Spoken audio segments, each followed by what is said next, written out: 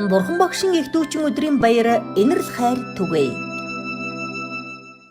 Сайн байцгаана уу эрхэм мөндөд үзэгчдээ. Намайг Баттгал гэдэг. Би Өмнөд Энэтхэгийн Брайан Гомон хийдэд 26 жил суралцаад гівшил харамт цолоо хамгаалж бүрэн мөсөн төгсөөд тэгээд Монголд ирээд байна.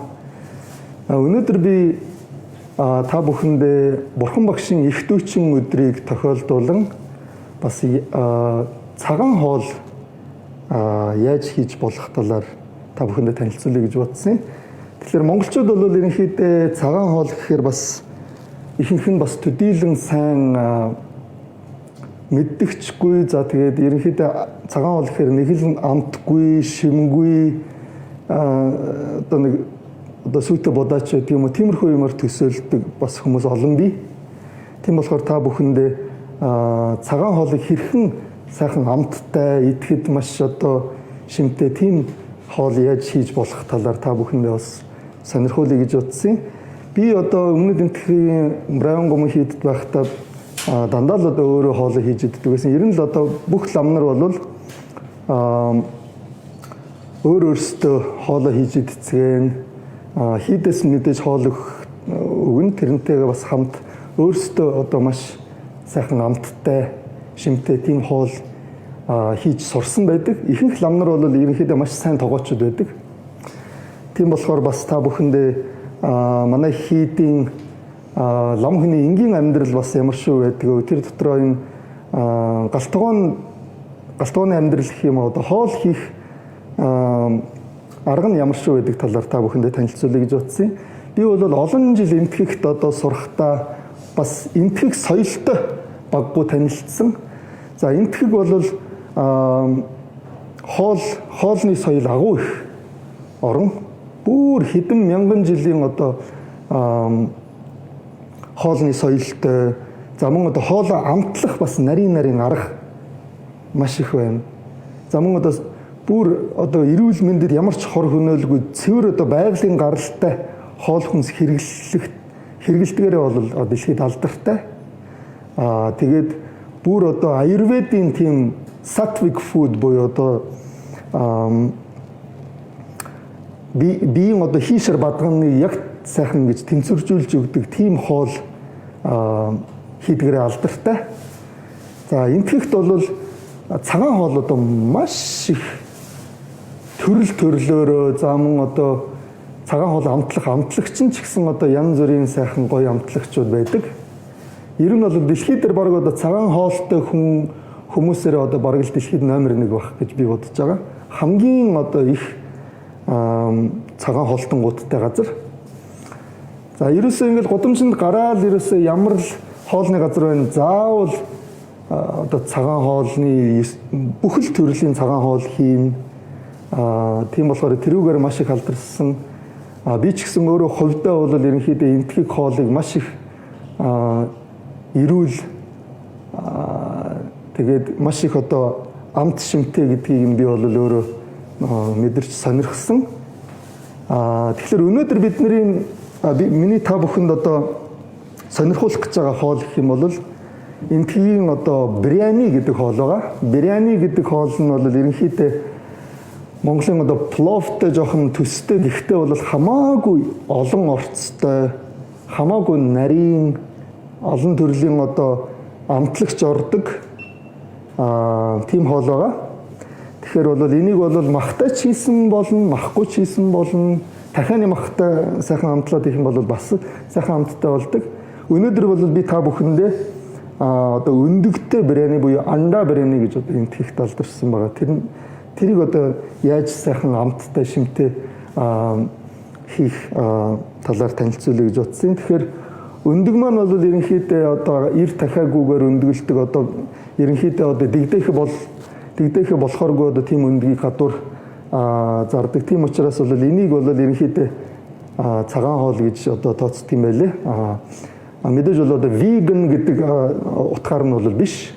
Ерөнхийдөө бол одоо амтан бус гэдэг утгаар нь одоо цагаан хоол гэж тооцдог. Тэгэхээр энэхүү одоо Бурхан багшийн мэндэлсэн замун одоо төгс гэгэрлийн хотгийг олсон, за тэгээд нирваны дүр үзүүлсэн энэхүү 3 чухал үйлдэл тохиосон энэхүү сайхан бэлэг дэмбэрлэлт өдөр та бүхэн зориулан Сагадава буюу одоо 1 сарын энэхүү турш яаж сайхан шим гоё амттай тийм цагаан хоол хийж болохыг та бүхэндээ танилцуулъя гэж бодсон юм аа. Тэгэхээр та бүхэн бол энэхүү Сагадава энэхүү бурхан багшийн мэндэлсэн энэхүү сардаан бол аль болохоор буян үлд одоо хэрэгтэй. За амийг таслана гэдэг бол одоо маш том нүгэл байдаг. Тийм болохоор энэхүү сардаа бол ерөөсөө энтхийг байна уу хаа байна ерөнхийдөө одоо манай хийд оронд бол одоо бүгдээрээ цагаан хоол идцгээдэг. Маха ерөөсөө 1 сарын турш 20-од дан ганц цагаан хоол иддэг ийм уламжлалтай. За тэгэхээр та бүхэндээ энэ Сагадава энэ 1 сарын турш ямар ч шим тэжээлгүй нэг цагаан хоол тэгээ идээд суугаад ахын оронд өөртөө зориулаад сайхан эртний энтхийн уламжлалт энэхүү биряны хоолыг одоо яаж хийхийг та бүхэндээ танилцуулъя. Та бүхэн анхааралтай харж үзцгээгээрэй. За тэгэхээр энэхүү хоолнд бол мэдээж сонгон орно. За мөн одоо баг зэрэг сармис орно. За мөн төмөс бас орно. Помидор. За энэ будаа бол бас төдийлөн монголчуудын нэг иддэггүй будаа байгаа. Энэ бол басмати гэдэг будаа маш урт. Тэгээд ийм нарийнхан ширхэгтэй. Энэ бол гол онцлог нь бол ерөнхийдөө энэ будаа бол хоорондоо гэж наалддаггүй тийм одоо онцлогтой байгаа. За мөн одоо лимон, скол, лайм, энэ лимон, лайм хоёрын аль алийг нь хэрэглэсэн болно. Энтгэхт бол одоо гол төлөв одоо лайм хэрэглэдэг. Гэхдээ лимон хэрэглэсэн ч болно. За мөн одоо өндөг, за мөн шар тосоор одоо бүх юмас сайхан хуурна. За мөн одоо тарг нэг чухал зүйл бол одоо тарг монголчууд бас одоо хоолнд ингээд тарг нэг хийдэг гэхээр нэг сонин сонсогдчихэж магадгүй гэхээр бол энтгэхт бол ихэнх хоолууданд ерөнхийдөө тарг ордог. За мөн одоо мэдээж давс, за мөн энэ одоо turmeric гэж куркумач гэж нэрлэдэг байгаа, turmeric гэж нэрлэдэг байгаа. Одоо энтгэгээр бол халдий гэдэг. Энтгийн ихэнх хоолнд бол энэхүү turmeric орно. За мөн одоо жоохон бага хэмжээний элсэн чихэр орно. За мөн одоо хар перц. За энд бол одоо гол амтлагчуд нь бол энд байна. За лаврын навч орно. За мөн одоо энэ бол сүгмэл гэж одоо монголоор нэрлэдэг юм ногоон сүгмэл байгаа. За энэ бол одоо монголчууд эмэнд хэрэглэдэг зад гэж одоо nutmeg гэдэг англиар nutmeg гэдгийн одоо хальсан байгаа. Энэ бас ордог. За энэ бол одоо хар сүгмэл гэж нэрлэдэг юм байна. За энэ бол одоо шанц гэж монголчууд шанц гэж кардамом биш синамон одоо холтос гэх юм уу те. За энэ бол монголчууд эмэнд ордог ургамал нөгөө лиш гэдэг ургамал одоо энэгээр бол илайчи гэж нэрлэдэг юм лээ. Тэгэхээр эдгээр амтлагчдыг ерөнхийдөө гол төлөв оруулдаг. Энтгэхт бол эдгээр бүх амтлагчдаа ерөнхийдөө нийлүүлж агаад ингээд нунтаглаад тэгээ хийчдэг. Би бол үннийг хэлэхэд өөрөө хувьдаа бол нунтагласан амтлагчд бол нэг дурггүй. Амтлагчийг нунтгалчихад бол ерөнхийдөө амтаа маш ихээр алдчихдаг. Амтан шалгондоо бол өвчдөг. Тийм болохоор амтлагчийг нунтаглах их дурггүй. Тэгээ амтлагчийг хооронд нь холчих юм бол бас нэг тийм гоё амттай биш болчдөг. Тийм болохоор ерөнхийдөө бол амтлагчаа тусад нь байлгавал маш сайн. Тэгээд ерөнхийдөө амтлагчаа дөнгөж одоо савнаас нь гаргаж ирээл ерөнхийдөө тэр дор нь хийж идэх юм бол хамаагүй амттай болдог. Тэгэхээр ерөнхийдөө энэ дотор бол би брэни масалагийн одоо бүх амтлагчдыг бол би оруулаагүй. Зарим амтлагчуд нь бол ерөнхийдөө бас Монголын цаг агаарт бас тохирохгүй бас жоохон тийм талтай амтлагчуд байдаг. Тэрийг нь бол би бас заримыг нь оруулаагүй. Энэ дотор бол тэр нөгөө энтгийн гонд гэж яриад байгаа тэрийг нь ч гэсэн би оруулаагүй. За мөн одоо энэ одон дүрстэй тийм хэлбэртэй бас нэг тийм амтлагч байдаг. Тэрийг нь ч гэсэн би бас оруулаагүй. За мөн одоо юнгар, цагаан юнгар, одоо хар юнгар гэдэг тэрийг нь ч гэсэн бол би бол оруулаг байгаа. Тэрийг яг оруулах юм бол бас болно. Улам л амттай болно. Гэхдээ бол бас цаг агаар юмыг нь тохируулаад идэхгүй бол бас хаяа тохирохгүй тийм тохиолдол байдаг учраас тэрийг нь би оруулаг байгаа. Тэгэхээр ерөөсөл эдгээр зүйлүүд энэ хоолнд орноо. За тэгэхээр энэ юм нь бол шортсоо сайхан халуун харилан давган дээр хийгээд жоохон халаачих хэрэгтэй. Харилан тавгаа бол тийм их халаагаад бол хэрэггүй. Бүр ингээд ууршил нь халааж огтхонч болохгүй гэх юм бол ерөөсөө маш муухай амттай болно. Сонгоно ерөнхийдөө бүр нэг шүүс нь гараад ингээд сайн шарах хэрэгтэй. Гэхдээ тийм юу болгож болохгүй, бүр төлөгтөл нь шарж мэдээж болохгүй.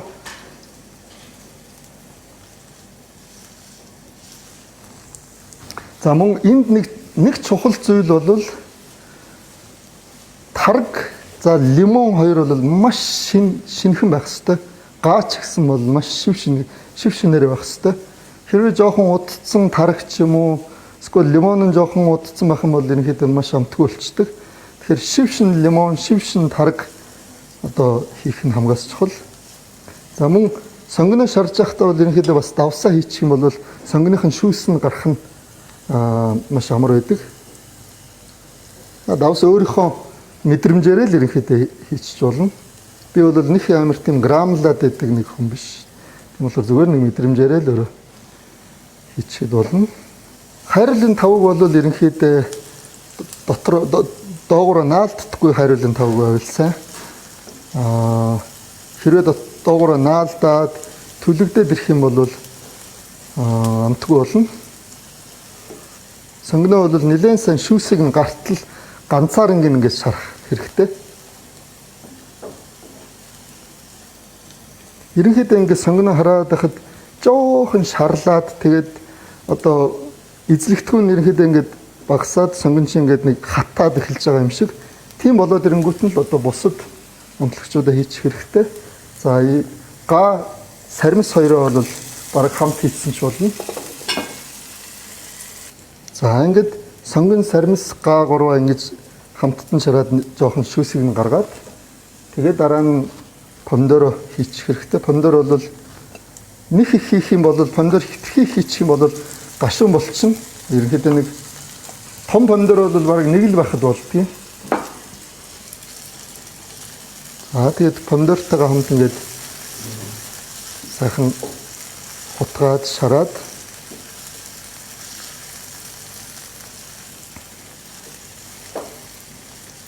бүхмийг нэг дор бүгднийг ингээ хийчих юм бол бас амтан шал ондоо болчихно.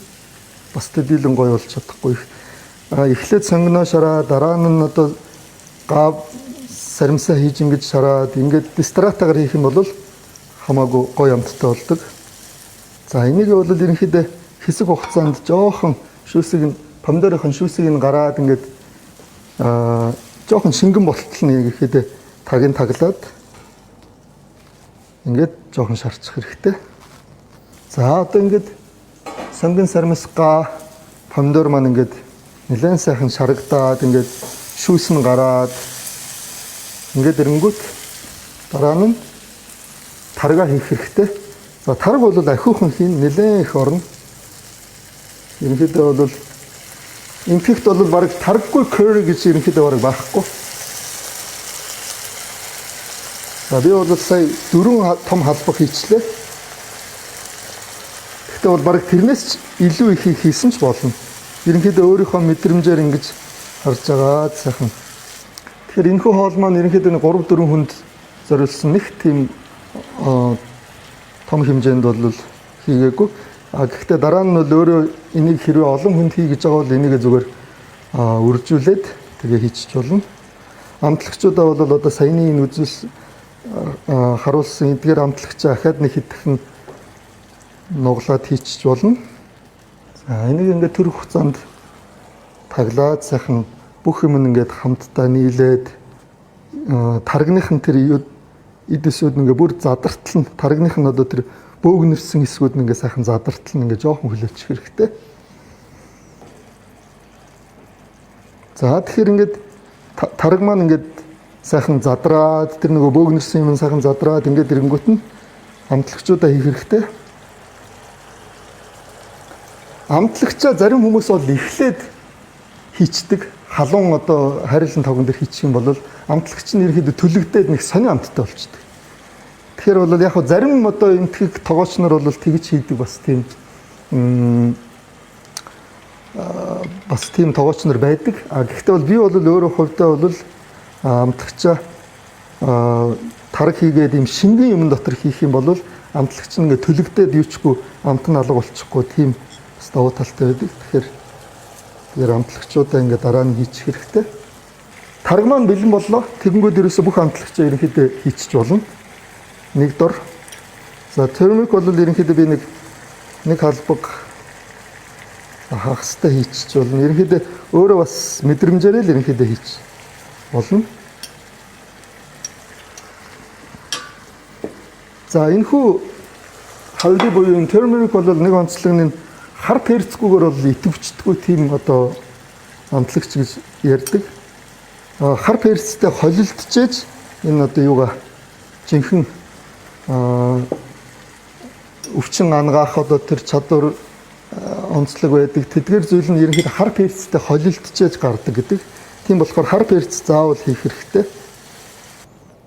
За тэгээ curry ерөнхийдөө бэлэн болж үгүй гэдгийг бол юугаар мэд ямар шинж тэмдгээр нь мэдэх үү гэхээр ерөнхийдөө ингээ зөөлөн гал дээр ингэж тагийн тавьж ингэж буцлах гэх юм одоо ингэж байгаа сүлд нь ерөнхийдөө тэр одоо шар тус тэгээд бусад одоо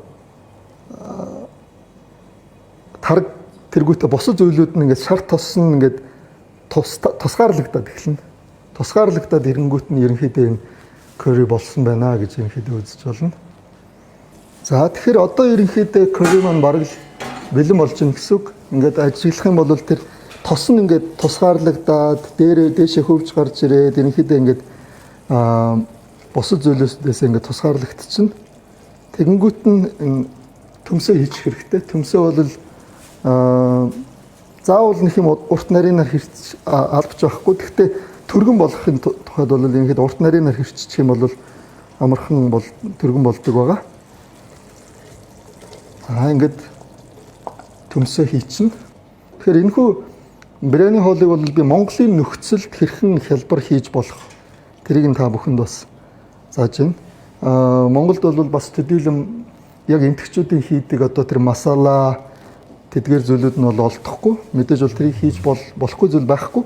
Гэхдээ бол би өөрөө хувьдаа өөрийнхөө туршлагаас яаж хялбархан одоо баг амтлагчаар тэгээд маш амттай амтлагч болгоно нь өөр ингэсэн амтаа сайхан илэрхийлсэн одоо байдалтайгаар яаж энэ хүү биряни хоолыг хийж болох вэ гэдгийг та бүхэндээ одоо зааж байгаа.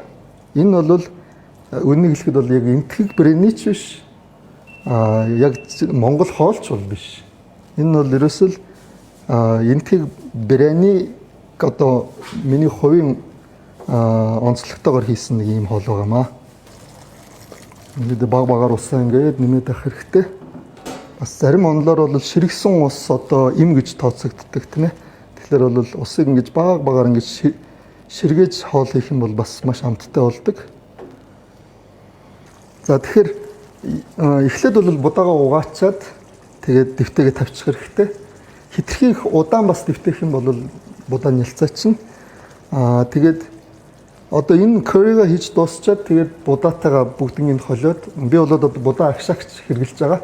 Төмсөө бол ерөнхийдөө бутартал болгоод хэрэггүй. Ягаад гэвэл энэ төмс бүх юм чинь тийшээ будаа агшаагч руу явах учраас ерөнхийдөө нэг их бяцартал болгоод хэрэггүй. Ерөнхийдөө жоохон хатуудуу. Гэхдээ бүр одоо болохгүйгээр шууд тийш навч хийчих юм бол тэндээ бол болж өгөхгүй. Тэгэхээр энэ хөө curry-ний бүх юм чинь энэ төмс руугаа шингэж өгөөд төмсөн сайхан curry-ний амт ороод тэгээд жоохон зөөлрөөд ерөнхийдөө тийм болсон байхад нь будаатайгаа хутгачих хэрэгтэй. За тэгэхээр энтгэг хоол бол Монгол хүний биеийн онцлогт бол хэрвээ зарим нэгэн одоо амтлагчдыг нь хасчих юм бол тийм тохирохгүй зүйл бол байхгүй. Гол нь бол төрөний миний дурдсан халуун ногоо бол ерөнхийдөө Монголын нөхцөлд бол тохиромжгүй. Хүйтэн уур амьсгал за мөн одоо монгол хэлний өөрийнх нь бас биеийн онцлогт бол халуун ногоо бол төдийлөн тохиромжгүй. За бусдаар бол саяны миний хийсэн бүхэл амтлагчуд бол ерөөсөн монголчууд дээр байсан хэрэгжилж ирсэн.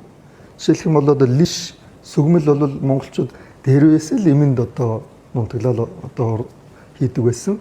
За мөн одоо энэ задийн гаднах одоо хальс задыг бол монголчууд мэдэн шүү дээ. Бүгдээрээ одоо задыг хэрэглэсээр ирсэн зүрхний өвчин сайн гэл одоо цайндаа хийгээл уудаг байсан тий. За мөн одоо лаврын навчвал мэдээж ойлгомжтой. За мөн одоо хар сүгмэл харин Монголд бол бас төдийлөн хэрэгэлдэг баг. Гэхдээ хар сүгмэл бол Монгол хүний биеийн тохиромжгүй тийм зүйл бол огтхонч байхгүй. Башир цэцэг бол тийм башир цэцгийг бол яг хаяа хоолнд хийдэг. Гэхдээ бол маш хүчтэй. Тэр бол бас зарим хүмүүс тохиромжгүй байж магадгүй. За юнгар бас хийдэг. Цагаан юнгар хар одоо юнаг гэдэг. Тэрийг бас хийдэг. Гэхдээ тэр бол бас маш дэндүү их халуун чанартай учраас хэрвээ одоо юу гэдгийг зуны улирлт ч юм уу эсвэл бас халуун одоо ихтэй хүн бол бас тэрийг нэг амтлагчдаа хийгээд хэрэггүй. Би бол хувьдаа тэрийг хийгээд ерөөс нүд маань ингээ бүр улаатлаа ингэж хавдчихсэн тохиолдол гарсан. Тэгэхээр бол тэр цагаан юнгар хар юнаг хоёрыг бол ерөнхийдөө монголчууд бас төдийлөн хэрэглээд тохиромжгүй юм шиг санагдсан. Эмтэгчүүд бол ерөөсө бүгдээрээ хэрэгэлдэг тэрийг нь. Гол нь бол тэрийг юу гэж хэлдэг вэхээр хамгийн түрүүнд тэр юнгар юнагаа ингээд тосондоо маш сайн юу шарах хэрэгтэй. Бүр зөөлрөөд ингэтэл шарах хэрэгтэй гэдэг юм байлээ. Тэгэж хэрэглэх юм бол бас болохгүй зүйл байхгүй бах. За ингээд болчлоо. За ингээд одоо ерөнхийдөө curry маань бэлэн болоод тэгээд төмс маань ингээд curry-ндаа сайхан curry-ийнхаа амтыг шингээгээд ингээд баг бэлэн болчлоо. Одоо бол төмс маань тийм амар зөөлөн ингээд бяцарчаагүй. Гэхдээ бол бас тодорхой хэмжээнд зөөлрсөн. Тэгээд энэ curry-ийнхаа амтыг бол ингээд шингээгээд авцсан байгаа. Тэгэхээр бүх зүйлээ бол одоо тэр будаа агшаагчийн дотроо будаатайгаа хамт ингээ холиод хийчихнэ. Өндгөө бол ерөнхийдөө зүгээр бөхлөөр нь хийсэн ч болно.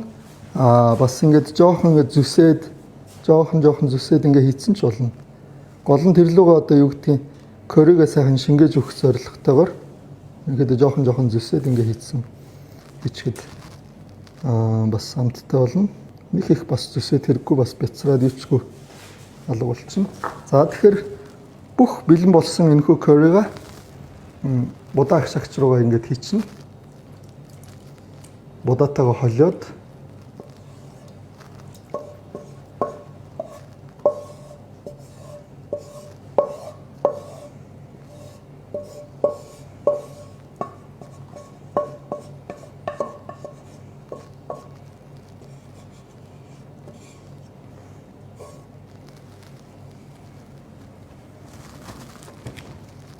за тэгээд бас өндгөө ингээд хамт хийгээд ерөнхийдөө бүгднийг ингээд хамт хутгачихна гэсэн үг.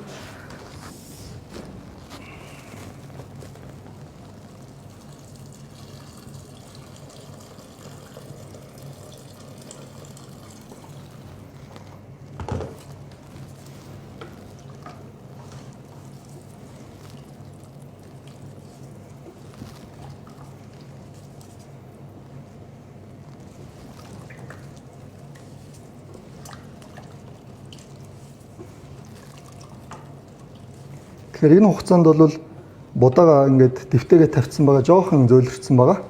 Бас хитрхийх удаан дэвтэх юм бол будаа маань нялцаачна. За ерөнхийдөө ингээд сайхан хутгаад хамгийн төгсгөлт нь бол энэ дээр янз бүрийн юм нэмдэг байгаа. За борлтон шарсан сонгон ингээд дээвэр нь бас ингээд цацчиж болно. Хэрвээ яг тэрэнд одоо харшилтай ч юм уу бас хотоодны янз бүрийн шарах мархтай хүн бол бас тэрийг идээд хэрэггүй. Мөн одоо энэ юу үзэм ингээд хийж болно. Хамгийн төгсгөлт нь үзэм за мөн одоо самар хийдгийн самарыг ингээд хоёр хувааж агаад буюу одоо ингээд хөндлөнгөөр нь ингэж хаглаад тэгээд хийдэг. Замун за кажу самар хийж болно. Замун одоо бүхэл төрлийн самар хийж болно доо ер нь. Ямар ч самар хийж болно. Замун одоо кориандр нөгөө дээрээс нь ингээ бас цацчих болно. За тэгээд бүх юма хийснийхэн дараа ерөнхийдөө усаа бол өөрийнхөө мэдрэмжээр ерөнхийдөө бол би дээрээс нь нэг ганц юм 2-3 устай байхад ерөнхийдөө бараг болчихно гэж. Үстэй хитгэх усыг ч юм бол нялцаагаад нэг сонирн болчдөг. Тэгэхээр ерөнхийдөө ингээ бүх юма хийчихэл тэгэл ерөнхийдөө хамгийн дээр нь тэр нөгөө юмнуудаа самар үзэн мэднэр хамгийн дээр нь хийн. Утгаж болохгүй. Хамгийн дээр нь бүх юм ингээ хийчихэд тэгээд таглаад тэгэл ерөөсөө залгацсан байгаа тийм. Тэгэл ерөөсөө ингээл залгаал тэгээд болтол нь хүлээчихнэ. За ингээд бэрний хоол маань ерөөхдөө бэлэн болсон байна. Тэгэхээр эхлээд бол ингээд сайхан хутгачих хэрэгтэй.